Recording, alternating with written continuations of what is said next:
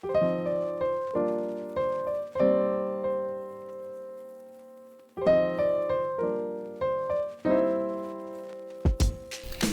to Between the Reads, where Black books are shared and celebrated all year long.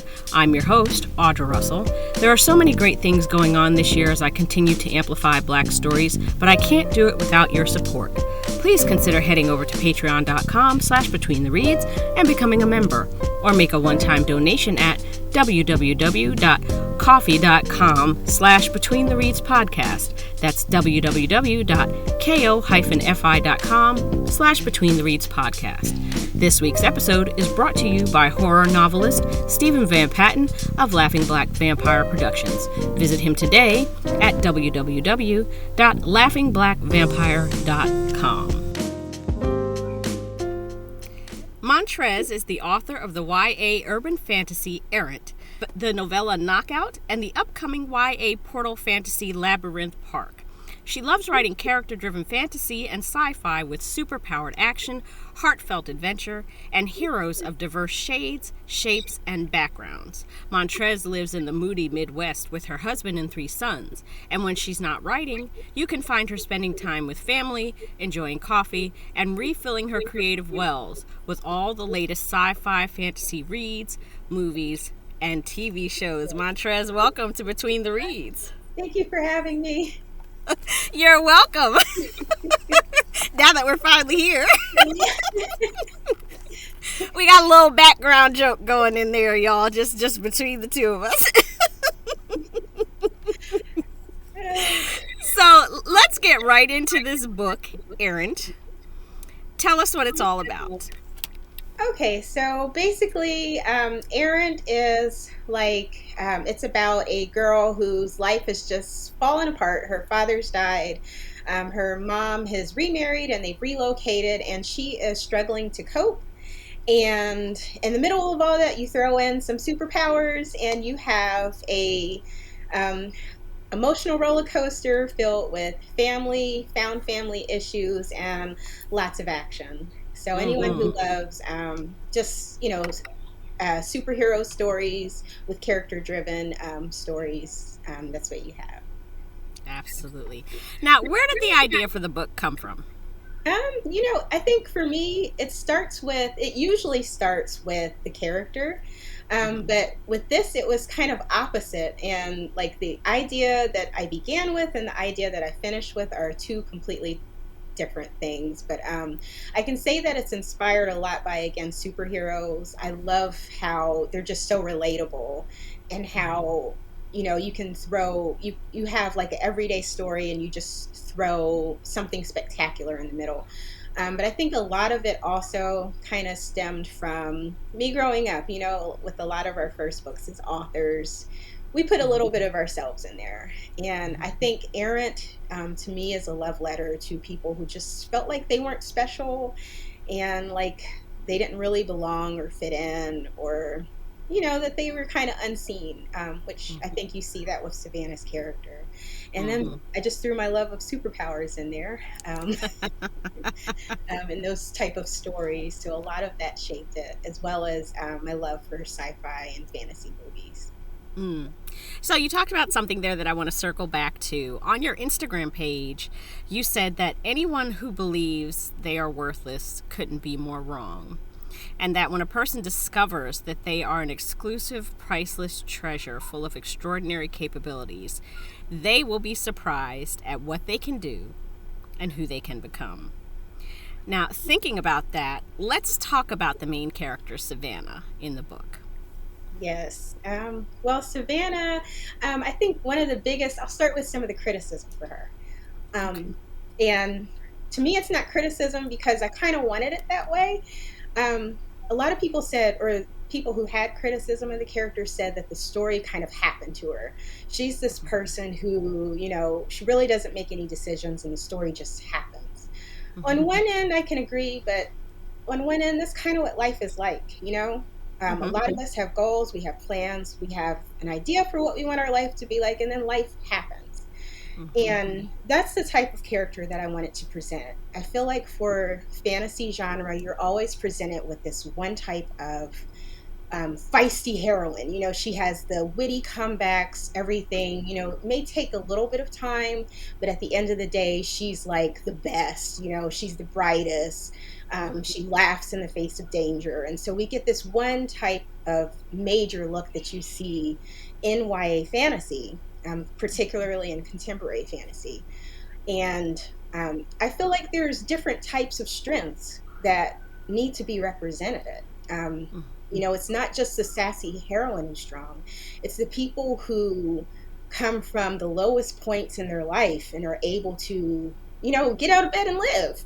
That takes strength, you know, going through grief and being able to um, go beyond that in spite of it. That takes strength. And so I wanted to speak to the shy girls, quiet girls, the awkward girls who may not be the, you know, contemporary pretty girls, or who may not think that they are, and really put them front and center and let them know that even if life happens, even if you're going through and you don't feel worthy, you don't feel like you're on, you know, the level that's presented in mainstream or what you see in school that's popular, that doesn't matter. You can still be the hero, and that's what Savannah's character presents.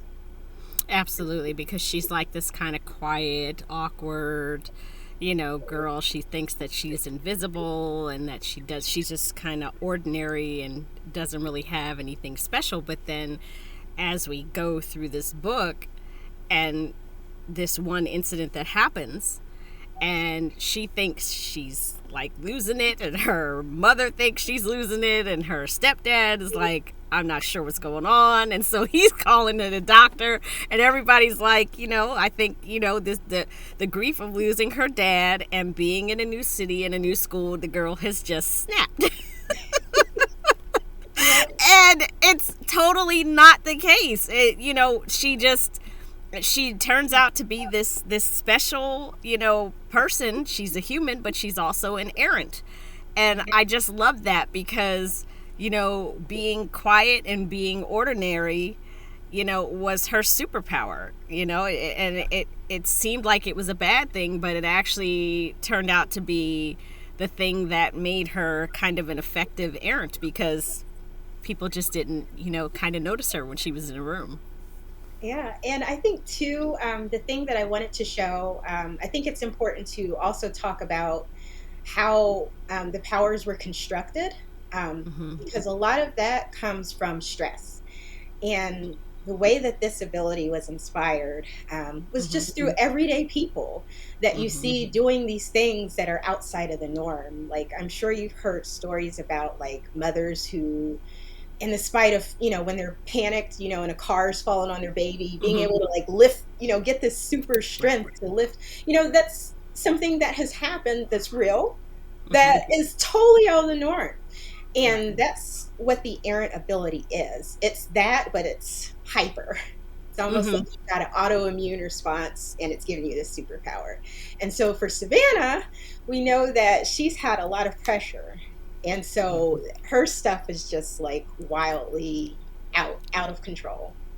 Right. Like, she's sleeping and then she just keeps waking up, and I'm like, don't go to sleep, Savannah. Just don't go to sleep. Just take some no-dos or something, because every time you go to sleep, she's like, falling into the middle of a street, or in the water, or on a building, and I'm like, oh my God, that's so stressful. Which like, where is she gonna end up this time? And she just like, and it's always like on the ledge of something, or like about to get hit by a taxi or something. Like just don't go to sleep. It's like Freddy Krueger, like, don't go to sleep, just don't go to sleep.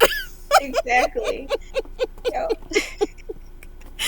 Now, you also stated that what's popular, which you just talked about a little bit, isn't necessarily better. And I want to talk about that statement in relation to Savannah's cousin Angie and her cousin and his brother Jay, and specifically their family. Because on the one hand, you have Savannah, who's kind of plain, but she's got a solid family. I mean, they have their issues, but she's got a solid family. And then you have Angie, who's popular and seems to have it all, and it's just perfectly put together. But behind closed doors, there was a scene later in the book where it's kind of revealed that Angie's parents really have some issues. Oh, they've So got a lot. yeah, they got baggage, like a whole plane full of baggage. And So a let's lot of, talk about that. oh man. So, yes. So with her cousin Angie, you have what a lot of people would say is, I think it's a Mary Jane, where they're perfect and they're Hmm. like the paragon of what life is supposed to look like and everything. Hmm. Well, in book two, you'll find that is, I deconstruct that. I wanted to deconstruct that and really flip it on end. And so Hmm. what you'll see is on the outside, somebody who looks like they have it all together, but really they're just like everybody else and maybe a little worse. Hmm. Because what's hinted in book one is that their family is not together. You have her uncle, Savannah's uncle, is like chain smoking cigars and he's Hmm. nervous. You see the tension in his hands when he drives. You have an overbearing aunt who is basically stalking her family to make sure that they don't embarrass her. Right. She's got their phones tracked, and she's just very overbearing, very rude, and your classic Karen, but a little bit extra. Mm. um, Ugh. and then you have her cousin Jay. He struggles with addiction, and so there's a lot of pain there. There's a lot of things that, again, I'm gonna kind of explore in book two, and you'll get to see a different perspective as to why they are the way they are. I didn't just want to make them, this evil opposite, but people are complex, and so you're going to see why they are that way, and also why Savannah's dad chose to kind of separate them from that side of the family. This story, Errant, you think that it's all one sided, that they just rejected Savannah and her mother, and that's what's going on. Like that, it's like a form of, like, it's racism, but it's more than that. It's very much more complex, and so you get a hint of the dysfunction, but it book two is going to take it to a completely new level where Aunt Vivian looks like the Hmm. Godfather. Oh so wow. so you're gonna see some things. Oh wow. Yeah, it's always funny though because when I think about Angie and how she's just this like perfect, perfectly put together, and I look at other books that I've read where you have that one character that's always perfectly put together, and then I look back at my life as a kid growing up and those kids that always seem so perfectly put together. Those are usually always the ones that have the craziness going on at home. Yeah, And it's kind of like that's why they're always so well put together because that's the one aspect of their life that they have complete control over, versus when they go home, they don't know what to expect. So it's like this exactly. is the one thing that kind of normalizes them. Exactly. And you definitely get that with Angie because she's involved with everything at school. Everything. She's involved, and that's a form of escapism for some kids. They don't want to go home. And you'll definitely see why, like I said in book two. Right. Well, I when when is book 2 coming out? Book two is coming. Those characters have given me some problems, but in a Oh, good really? way. Okay.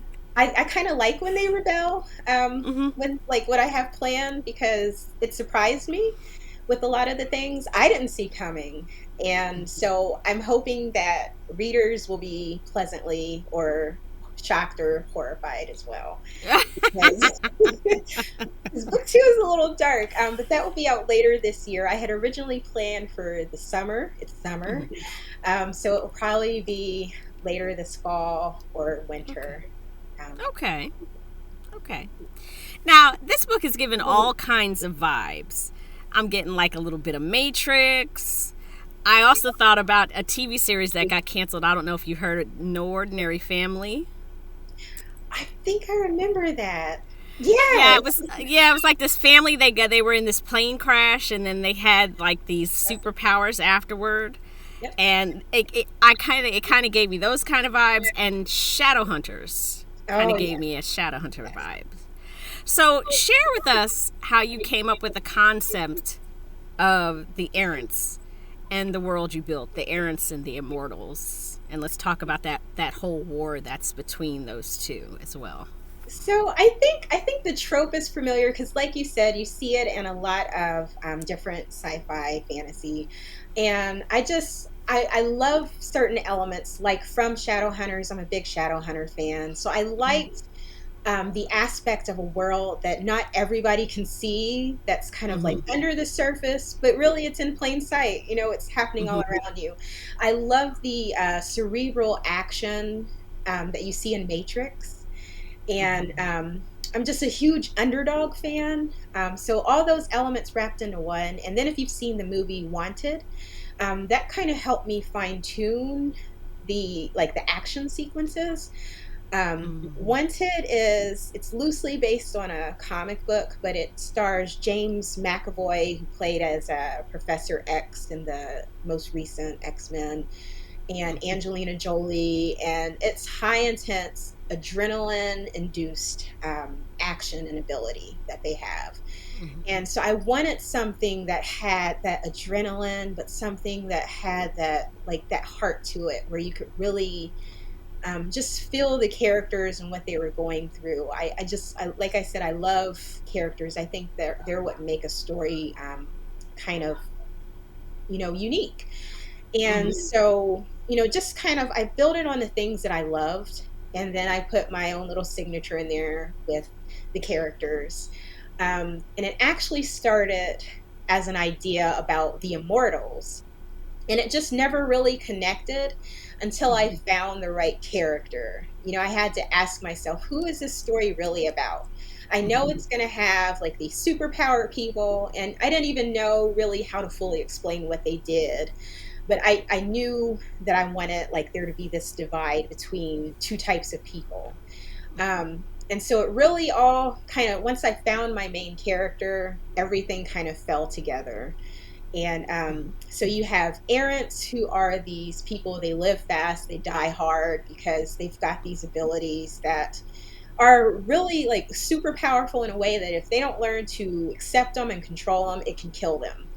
There's Mm-hmm. nobody really to guide them. They don't have like a book or a manual. They're figuring it out as they go. And there's all this potential to do all these gravity defying things that you can't even imagine.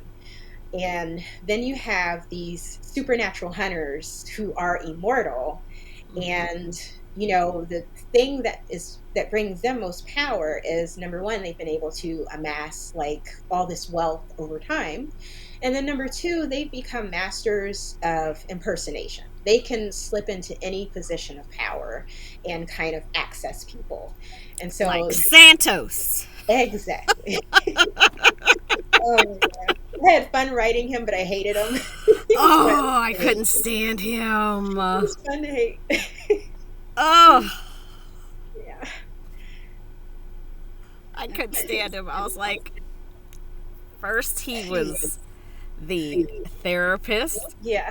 and then he was a cop, Yeah. and I'm just like, and he's just ruthless. Yes. I mean, just there's just there's no redeeming qualities about Santos whatsoever. None.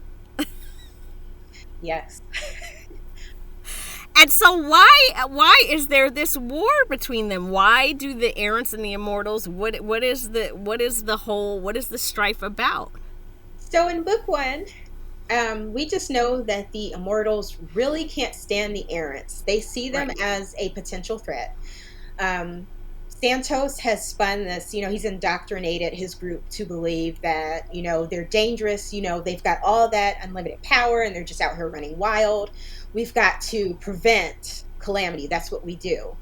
And in book two, you'll find out that the immortals aren't really supposed to be bad, but Huh.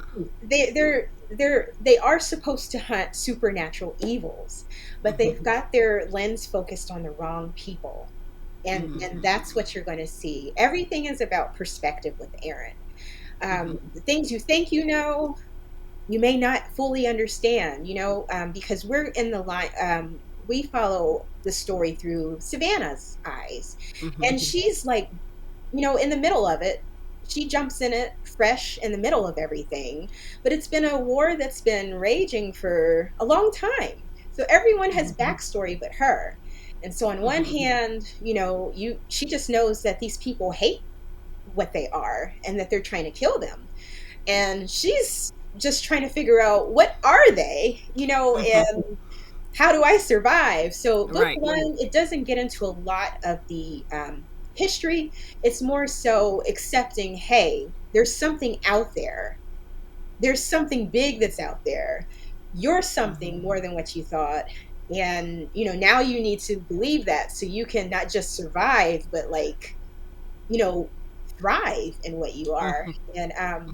And like I said, this is a trilogy, so I don't give away all the nuggets in the first one, but I will Mhm. say I'll hint at what you'll find in book two, and that's that really um things are not what you think they are. Things aren't what Savannah and her team thinks they are, because again, they don't really understand where they come from. They just know, hey, we've got these abilities and someone's trying to kill us. So we're going to find as Mhm. many other errants as we can, band together, learn what we can, help each other grow and kind of survive.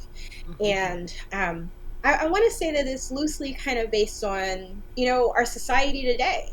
Um, Mhm. some of us, we don't, like, I don't know about you, but I don't know a lot about my family history. I don't know where I Mhm. come from. We have a generalized idea, but we don't have that. Some people can Right. trace their legacies back to centuries. They know they're related to kings, Mhm. and so it's finding your power when you have Mhm. a great disadvantage and you've Mhm. got everything stacked against you. I mean, the immortals are these guys that literally have it all.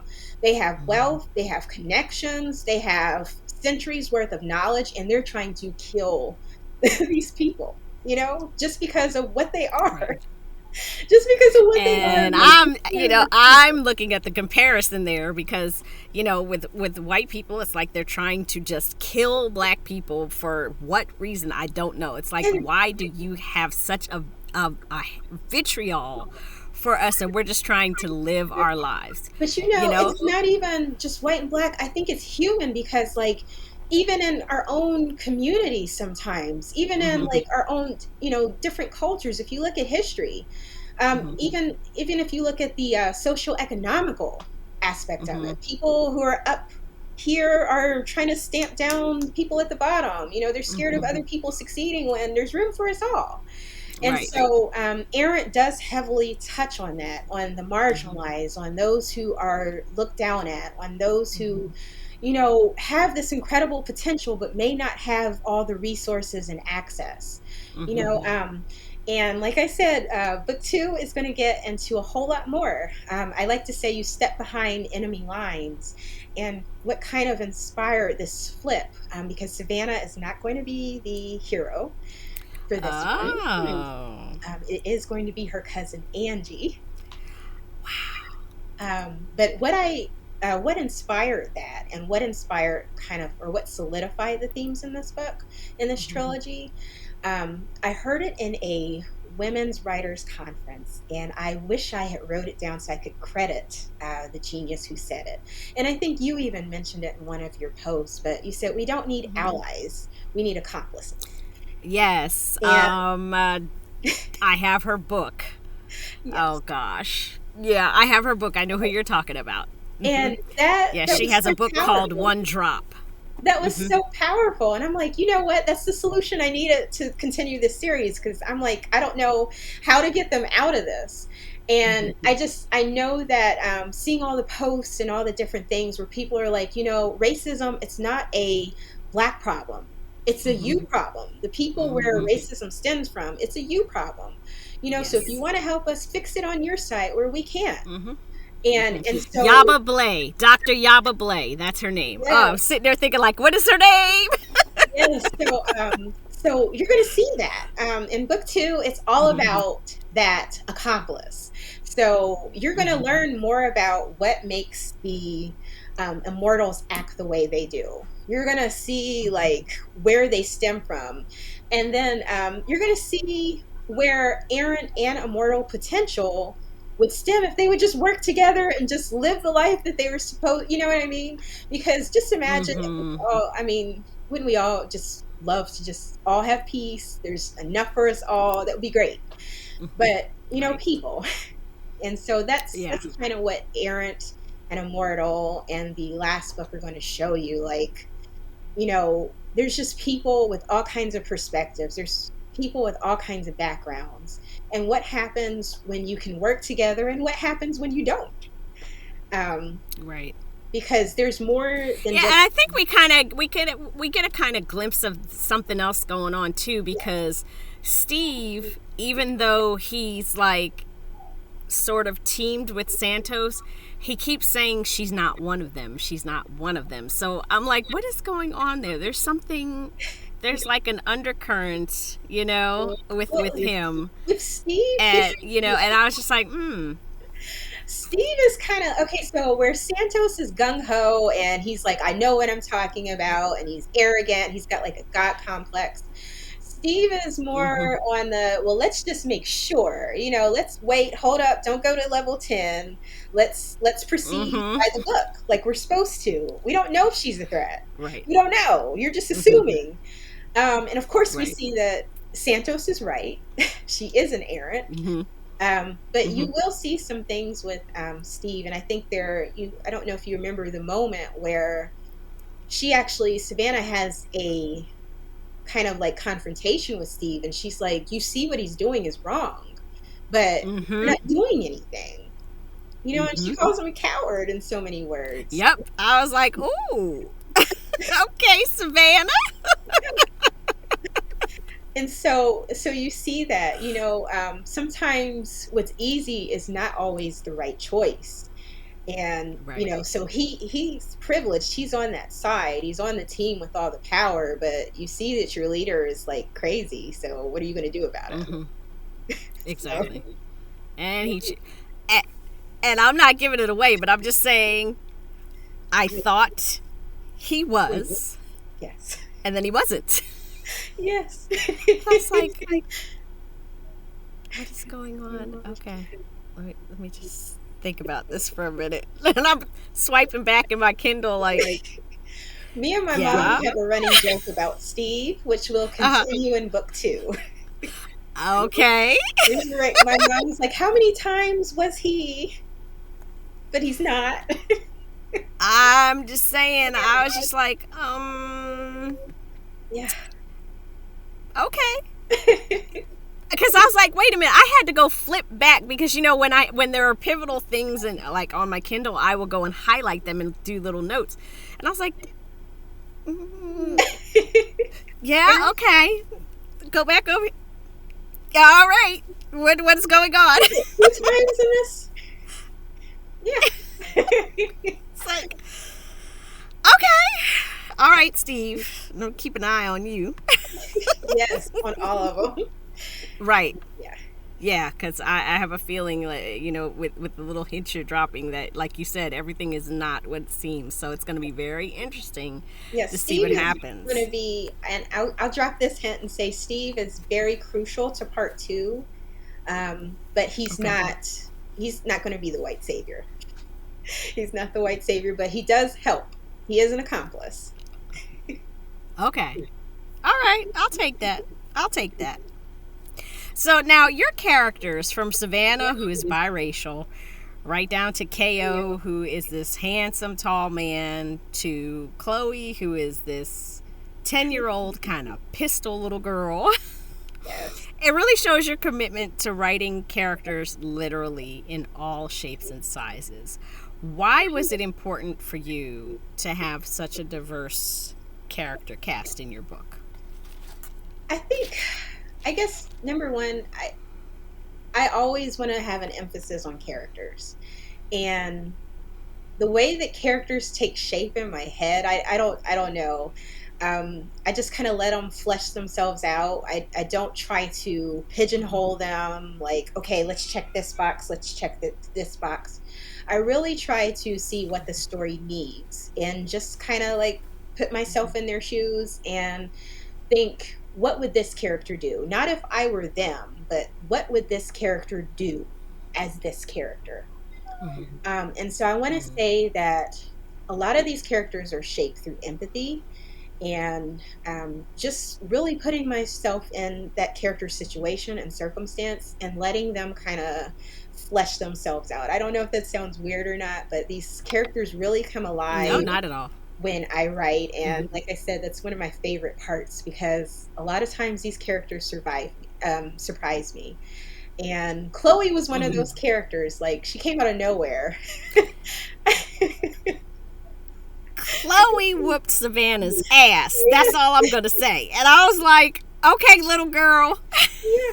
And I guess with Because she was like, I Chloe, don't want to touch her because she's a little girl. And Chloe was like, shh, don't let the size fool you. yeah.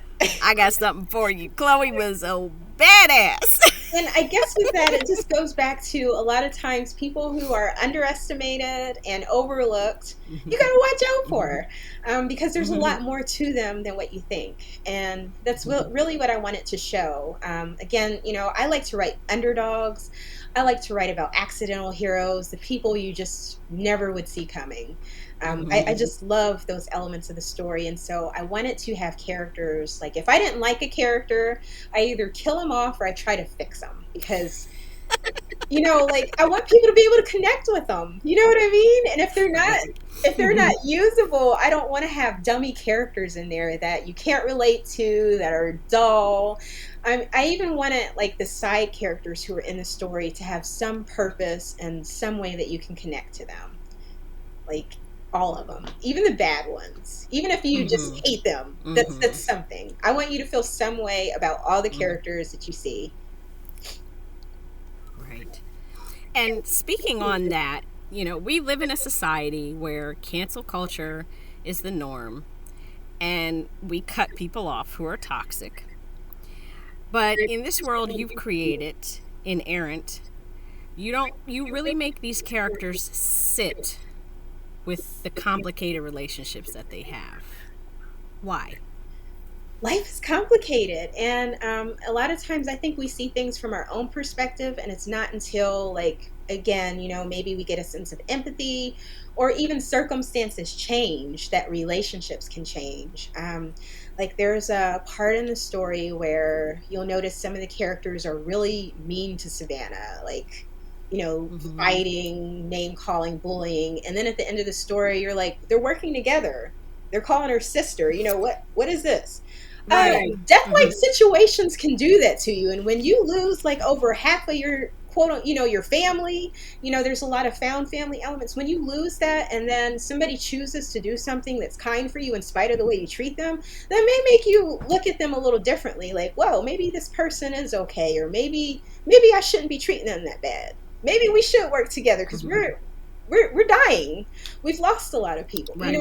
And I think things like war, things like just the things that we go through can make and break relationships if you choose to. And so hopefully people will, sense that, hey, things can change. Give people an opportunity.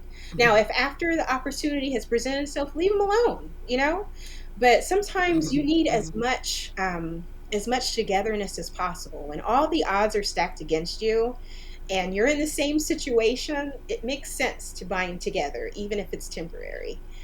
And so you will see a lot of slippery relationships. You will see a lot of things, people hashing things out, even if it's temporarily. But these characters are not perfect, not one, not one single one of them. Ah. Yeah, I just thought it was just so interesting the way you just never allowed anybody to cut anybody else completely off. The story's not over yet. That was a very the story's not over yet. Right. I think the story of redemption is so interesting. It's like, and I think especially in YA, it's important to let kids know that there's always an opportunity to do the right thing. There's always an opportunity. I don't care if you did 10 things wrong. There's always an opportunity where you can say, you know what, I can change. I can do what's right. I know I messed up, but I want to do right. And so I think that's important to establish to a point. But because there is a point where you've stepped past that line and now you just have to reap your, your you have to reap what you sowed. You have to Right. live with the consequence of your choices. And even when you Mm-hmm. do the right thing, or you do try to correct your mistakes, there's still certain things that you have to deal with.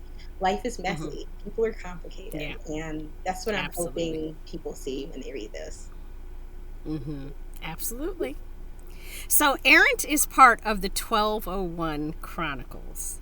Yeah. Now, where did that name come from? So that name, I guess, it stems from kind of a pivotal moment that happens with the Immortals. Like I told you, the story at first was going to be about the Immortals, but some of the things you'll find out about them, and again, I'll dive deeper in book 2 and even book 3. But the Immortals are this group of people who are tied together for this mission, and they're given the ability of immortality, but it comes with a hitch. um, their lives are all tied together. And so if one person dies, or, several people of their team dies, as long as one person stays alive for a full 24-hour cycle, they'll all come back rejuvenated to their peak condition at 1201 in whatever hemisphere you're Mm. in. So, if you're in France, your 1201 is not the same as somebody in America. Right. So that's where 1201 comes from, because the Errants are either going to have to kill all these immortals, in a 24-hour period, or, kind of in that span of time, or they're all just going to keep coming back, or they're going to have to think of something inventive and ingenious to take them all out at once. And so, again, I want there to be like a high stakes, intense, Mm-hmm. just huge stakes in the game for them. The odds are really stacked against Okay. them. So that's opening my eyes a little bit to Steve there and so Yes, what's going on with him. yes. And Okay. the character, Now, he's done research on them and he's figured this all out, and you're going to figure out how. And again, okay. Okay. Now, you have Knockout, which is a 1201 novella that talks about what happened to KO in Kansas. Now, do readers have to read the novella to understand what goes on in book 2 in Immortal? I wouldn't say that you would have to read book 2, but I would say that it definitely enriches your experience. It's very Okay. quick. It's a quick read. So if you Uh-huh. devoured Errant, you like the action, this is literally like Matrix meets Taken. Like, you start off Okay. with gritty action, it ends with gritty action. And I think it will help, if it will help you to understand more about, because like Savannah, you're thrown in the middle and you see that there Mm-hmm. is some tension from whatever happened in Kansas. And Mm-hmm. a reader actually brought up, they were like, I loved it, but KO disappears like halfway through the book. Where did he Yeah. go? Where does he go? That I need answers to that. And so, like, if you have these questions, this little novella, and it's little, it answers Okay. everything. And Okay. if you join my newsletter too, you get it free digitally, and I think it's Okay. free out there on pretty much everywhere but Amazon, because they don't give you the Okay. option. So if you are Mm-hmm. interested in that and you want it for free, I don't mind. Contact me. I'll send you a copy. Or if you have the Okay. Ultimate Errant book box, you will get a copy of this.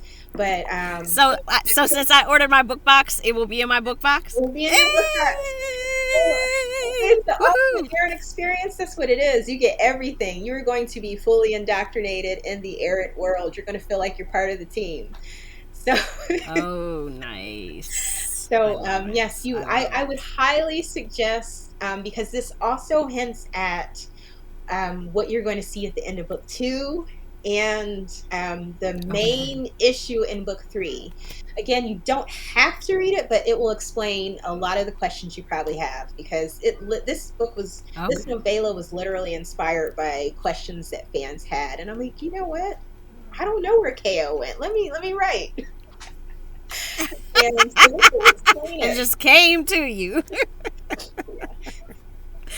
Now, since we're talking about your books, Tell us about the Labyrinth Park duology you're working on. Oh my gosh. That is a project of my heart. And I feel like, I want to say, I feel like, you know how when musicians first come out and the label first picks them up, they do kind of what they think is safe and expected. It's driven a lot by, kind of what mainstream wants. And that's kind of how Errant was. I played it a little safe. And a lot of that was because, this was the first book I finished. And I wasn't as confident. I guess you could say I was like Savannah, still finding my writer power there. But Labyrinth Park is a love letter to everyone who loves those stories that take you away to a new world, but you didn't get to see yourself as the main person. You had to Mm. insert yourself, like Alice in Wonderland. You know, Mm-hmm. um, I don't know if you do anime, but I loved Inuyasha. It's about a girl. She goes down a Okay. well and finds herself in feudal Japan, and there's like magic and demons and demon hunters and all those stories that take you. Chronicles of Narnia. Um, all those stories that take you Mm-hmm. to whole new worlds. And I wanted that, but I wanted it with black girl magic. I wanted that with Gotcha. where the black girl is not only the hero, but she's an object to be, she's somebody to be desired. She's somebody who can save the day. She's somebody who just gets to go on a magical, fun adventure and, enjoy a fantastical world. And that's what this Absolutely. is. That's what this is going to be. And I'm, Okay. I'm just really excited about Okay. it. So, do you have a release date for those? So tentatively, I have a release date. I don't like to share it until I get a lot of things in order. I would love to have it tentatively by Valentine's Day for the first one. But Okay. fingers are crossed. I've got three little kids at home, and I Mm. also deal with some autoimmune issues. So I've had to Mm. pace myself for life and not these high expectations of where I would love to be. Because my Right. expectations, I would have loved for the 1201 trilogy to be done this year, but Mm-hmm. life. So Listen, but that's the beauty of being an indie author is that you can work on your schedule. So, exactly. And so mm-hmm. I've learned as an indie author to kind of take my time. The thing is you want to put out a quality product, and then there's so many things that you can do with the books that you have. Like I just recently, if you love audiobooks, Errant is now available as an audiobook. You've seen the book box. This is like the first major one I did. I kind of tinkered with one. It wasn't as successful, and I'm glad because I kind of didn't know what I was doing. But with this, I put more research into it, and I'm really excited. And I hope everyone loves what's there. But our books are more than just something you read. They're like things that you can really build community around. And so that's what I'm Mm-hmm. hoping. Like I said, I love Marvel, I love DC, and you can spend hours talking about the worlds that they've created. And that's kind of what Yes. I'm hoping for with these. That's everybody can find Okay. themselves at least a little bit in some of the characters that are presented, and that it builds a community that can just kind of, Mm-hmm. help you get away for a couple hours and recharge you for your own adventure in life, because life is Right. definitely an adventure. Mm-hmm. Yes. And I mean, for people that are watching the video, you can see the book box behind her there. I just love that. It's just so pretty. That's the cover of the book as well, right? On the book box. Yes. Yes. Thank It's, you. it's gorgeous. It's Thank gorgeous. I love you. it. I love it. I Well, can't wait to have my books out. When I finally get this studio up in the backyard, that book box is going to sit on a shelf, oh, nicely displayed. thank Yes, you. I love it. Yeah, shout out to Raw Design Studios. When he put that together, it blew me out the water, and I'm like, yes. So Mm-hmm. I'm And, just and who designed the cover? Raw Design Studios. His name is Ryan Woods. He has Okay. his own graphic design Okay. company. That was his vision. I kind of gave him like Okay. general idea what I wanted and let him play with it. And he put that together. I don't know if you can see, but like New York City is in her hair. And I Okay. just told him I wanted hair because Savannah, that's one of her major Yes, she's got. characteristics that I really wanted to showcase. Mm-hmm. She's got a lot of hair, and Mm-hmm. she's proud of it. That's the one thing that Savannah, is awkward and quirky as she is, she's proud of her hair. Mm-hmm. And so that was the main feature I wanted on there, and he Okay. really made it happen. It's beautiful. It's Thank beautiful. you. It's absolutely beautiful. So, as a black woman, it's kind of automatically assumed that you are marginalized, especially in science fiction and fantasy.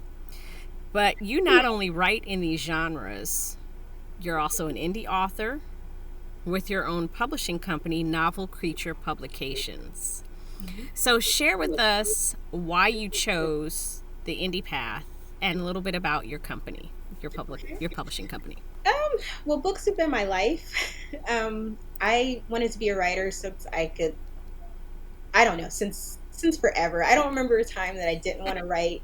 I didn't always realize that, but I've always been doing stories.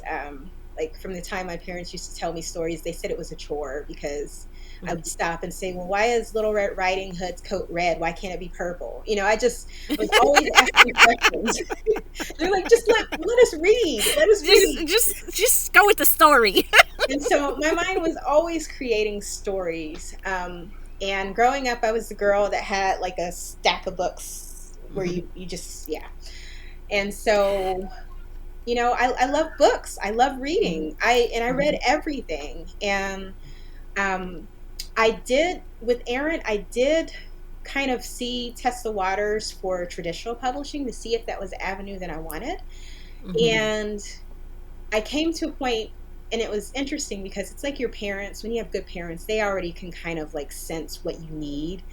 And the Mm-hmm. whole time I'm querying, the whole time I'm trying to get my samples together, my dad is telling me, "Why don't you just do it yourself?" And I'm like, "Because this is how it's done. I gotta do it." And I think at one point I even told him I wanted to move to New York so I could like query better, maybe get a job as at one of the big publishing houses. And he's like, "Why don't you make New York come to you? Set it up yourself." Right. And so I'm very blessed to have family who believed in my dream. And not only Mm-hmm. that, but they nudged me when I got a little lazy with it. Like, stop talking about it and let's see something.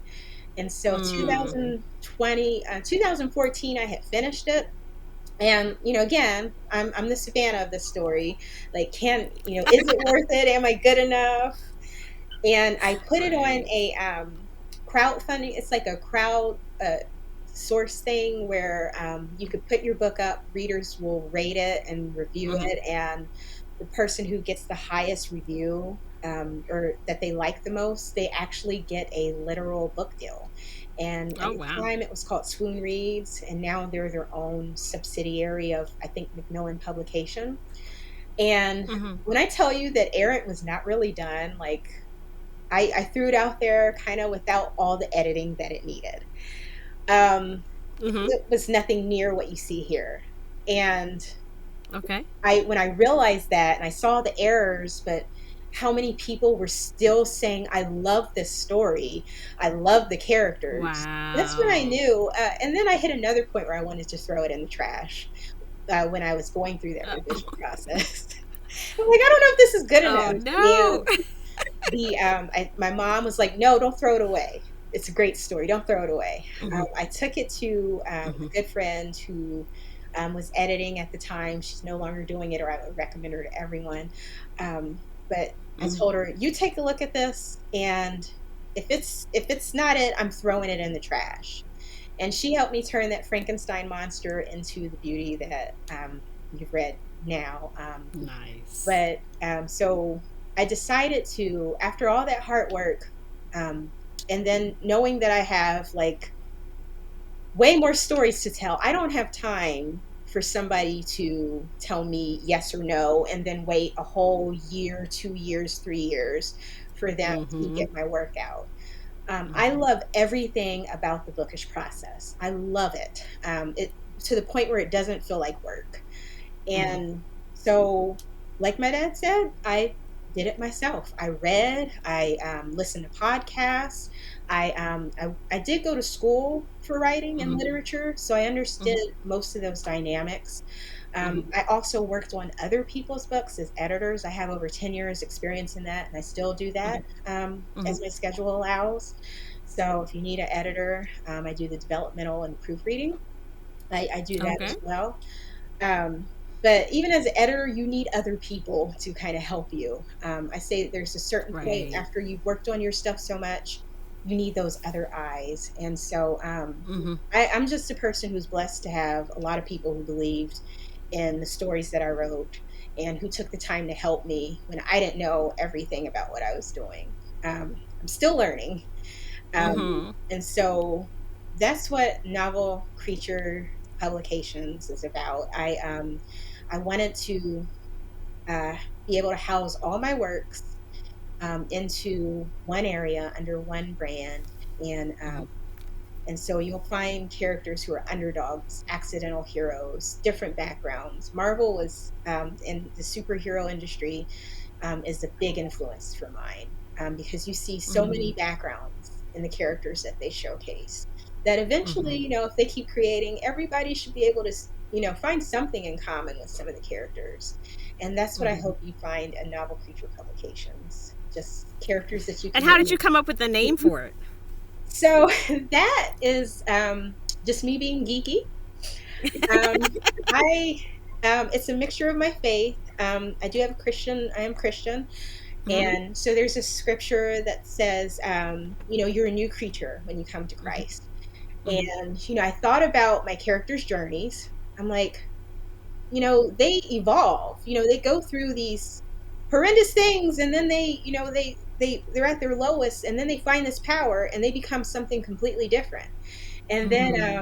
I was struggling to find a name, and then I saw that name and like little generator, and I'm like, that's cool too because you're a novel, like a novel creature, you're a book Right. creature.